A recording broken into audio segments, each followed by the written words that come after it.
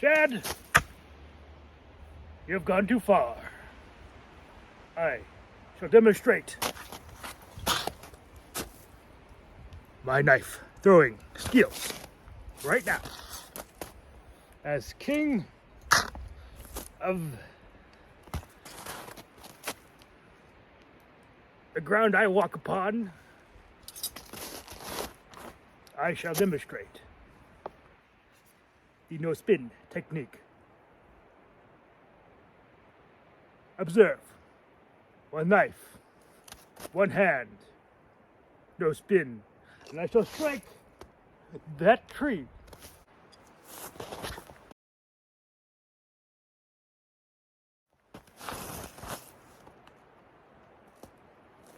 I have proven my point.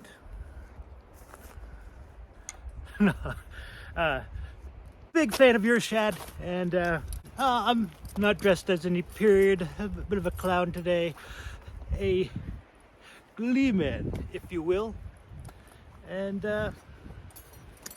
yeah, no, I'm primarily a writer, so I wear a lot of hats. I have a lot of weird hobbies, and yeah, one of them was throwing a sling, David and Goliath style, shepherd sling. And if you want to see how that went my first day, boy, was that interesting. Rocks went up, they went down, they went sideways, they went backwards. I was a liability. I'm glad no one was around. All right, but we're going on to the point. Everything is going to take some time, some practice, and Shad has inspired me to try to get into some archery. I think I might do that when it's a little bit warmer out, and but I was a bit discouraged the first time I tried archery when I was yay high. Got welts, bruises all up and down my arm. It hurt, and that was a low poundage bow. Shad has worked up to a very high poundage bow, a war bow, 100-pound plus bow, and some people supposedly, according to the historical records, you know, they could pull a 200-pound bow. Was it done overnight? No. But this is the day of no internet. It is the end of the world. It is the dark ages, if you will. So imagine, if you will, the time, the talent to devote to a warbow. Now take that same warbow, tame a horse, and ride on top of it. And you might say, maybe only one person or two people can do it. You'd never get to build an entire army of people riding around on horseback and shooting bows accurately. That's impossible. Inconceivable. So, with that said, here's a moment where possibly you may need your knife throwing skills will come in handy. And we'll set the scene. You're settling down for the evening. You're a wandering, lovable rogue bard, what say have you? And while you're strumming your music, you have put up your sword. Your large sword, and that is over there. And it is over there, and you're strumming peacefully.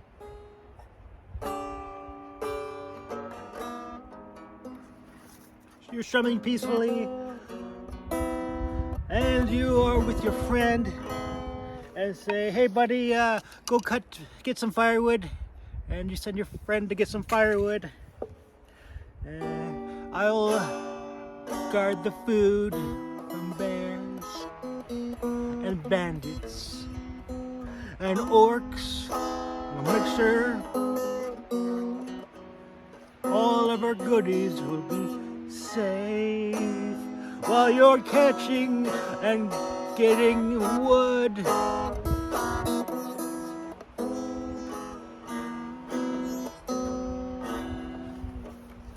Well, so while he's getting wood, I will be preparing our stew. And this stew is sponsored by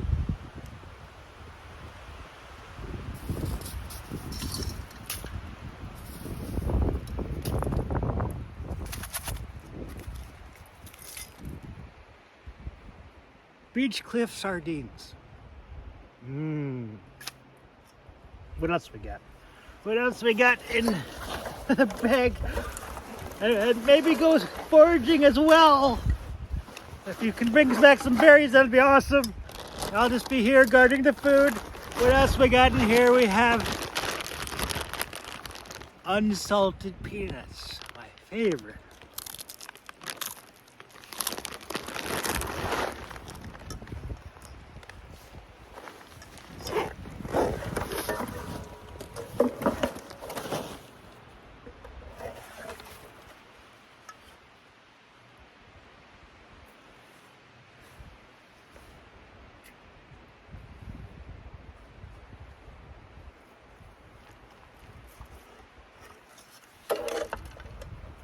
Delicious.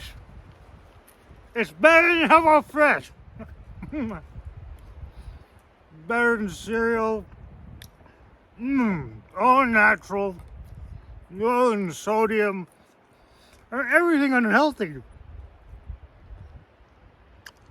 And naturally, since this is fantasy, medieval, Renaissance times, I will have my eating knife to stir my stew, and I'll just set it over here and wait for it to melt. I'll wait for it to melt and for my sidekick to return, and with some firewood, some berries, and some roots, maybe some meat, and when it comes back from foraging, everything will be well. And so I'm going to be here stirring my food, and suddenly we are under attack. Dun, dun, dun, dun. I heard a scream. We're surrounded by orcs. I have my cooking knife. Luckily, I have trained for years, many millennia, with my cooking knife. I throw my cooking knife. Kill the first orc, mortally maimed him, and I have my sword, and I am ready to go. And yeah. And then we win somehow.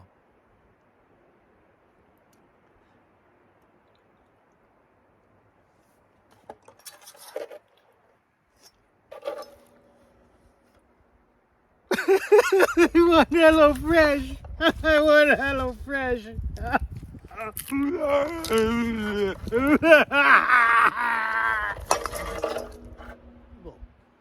Now we come to the knife. I met some people, some friends, who carry a lot of knives. They got, the big one. That's a knife. This one, but they might carry multiple knives. If you're a traveler, maybe you have your little fancy eating knife. Maybe you have a tool, if you will, a camping tool, an axe, or a little, just for cutting up some firewood or whatever, or some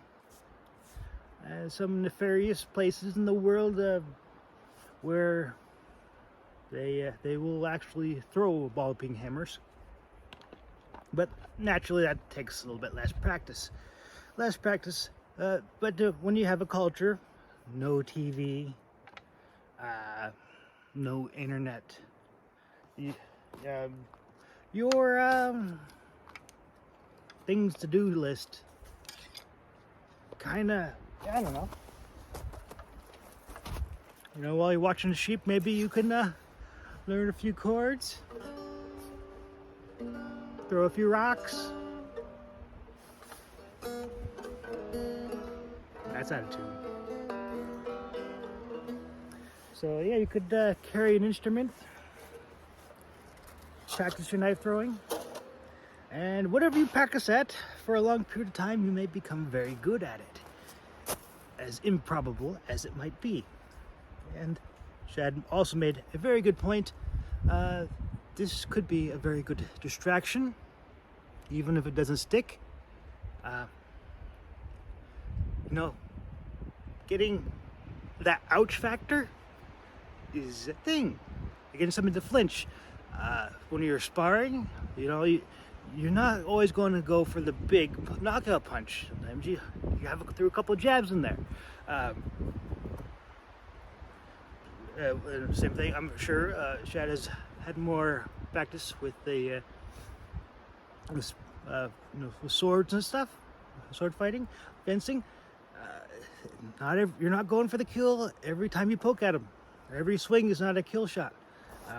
So if you can get someone to flinch, dodge, duck, dive, maneuver when they are, you know, that opens up a lot of other combinations.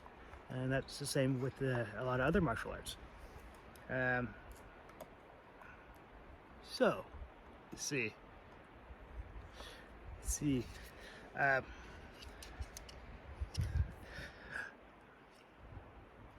With that said, I've watched other YouTubers, the experts, and when you talk about timing throws, there are lots of different throws, and I would suggest going to see Adam Kelladon, watch him do his no spin technique, so you don't even have to worry about the spin.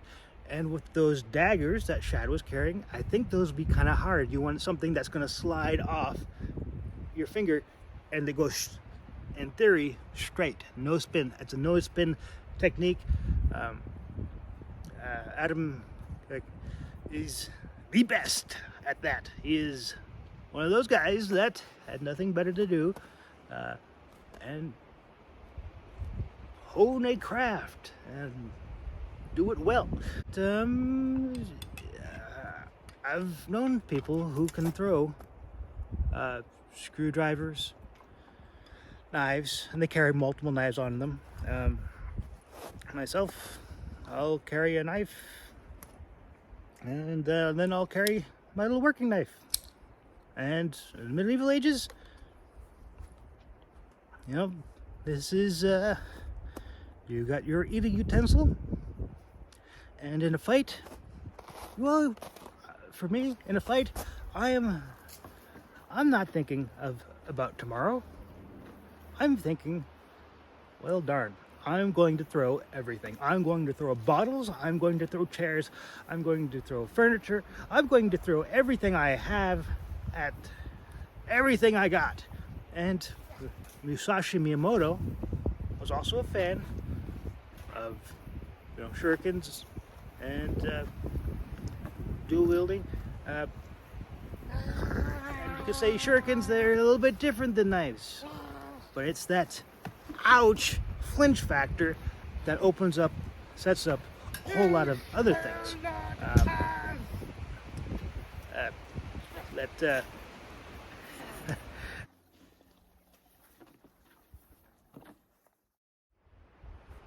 Because yes, is it probable, depending what kind of knife you're using, if you're using that type of knife, that looks like a really hard knife for a no spin technique. Of course, I probably can't get a no spin technique or a spin technique at the moment. So, yeah. Anyways.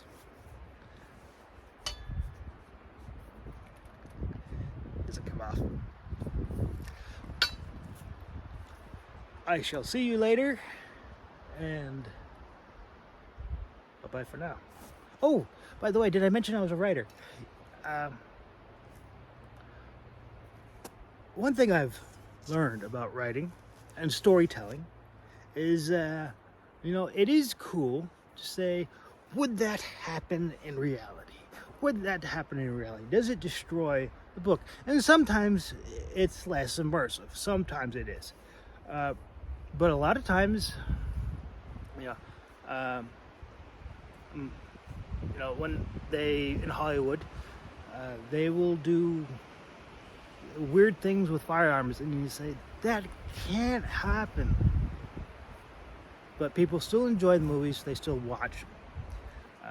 My favorite quote is from Mark Twain, and he says, never let facts ruin a good story. And that's been my motto. I do try to do my research. I do to do a little bit of experimenting with slings. I'm going to do some experimenting with bows, because was it Lars Anderson, I believe? He does some amazing work with bows. How much time does he do writing? He probably enjoys the rest of his day and does not lock himself up. Hopefully, he does not lock himself up in a little tight room and type in seclusion. It's a weird thing. It's a weird. Only weird people do that, and I don't suggest it. It's a very addictive, very bad habit, and so stay safe. But if you liked reading, if you liked any of this, Chapter 1, Helvisti. Nora took in a deep breath as the ship sailed out of the harbor and tugged at a long fur overcoat that blocked the cold wind as she turned for one last look back at the city. She would miss Takrun and its cozy, bone-white wattle and daub buildings with their shaggy thatched roofs. She watched them fade away until all that could be seen was lush green hills dotted with flocks of sheep and smiling shepherds that waved. Founders Keep, it is free on YouTube, 100% free. The whole thing is on YouTube, 100%. All 38 chapters, unabridged, and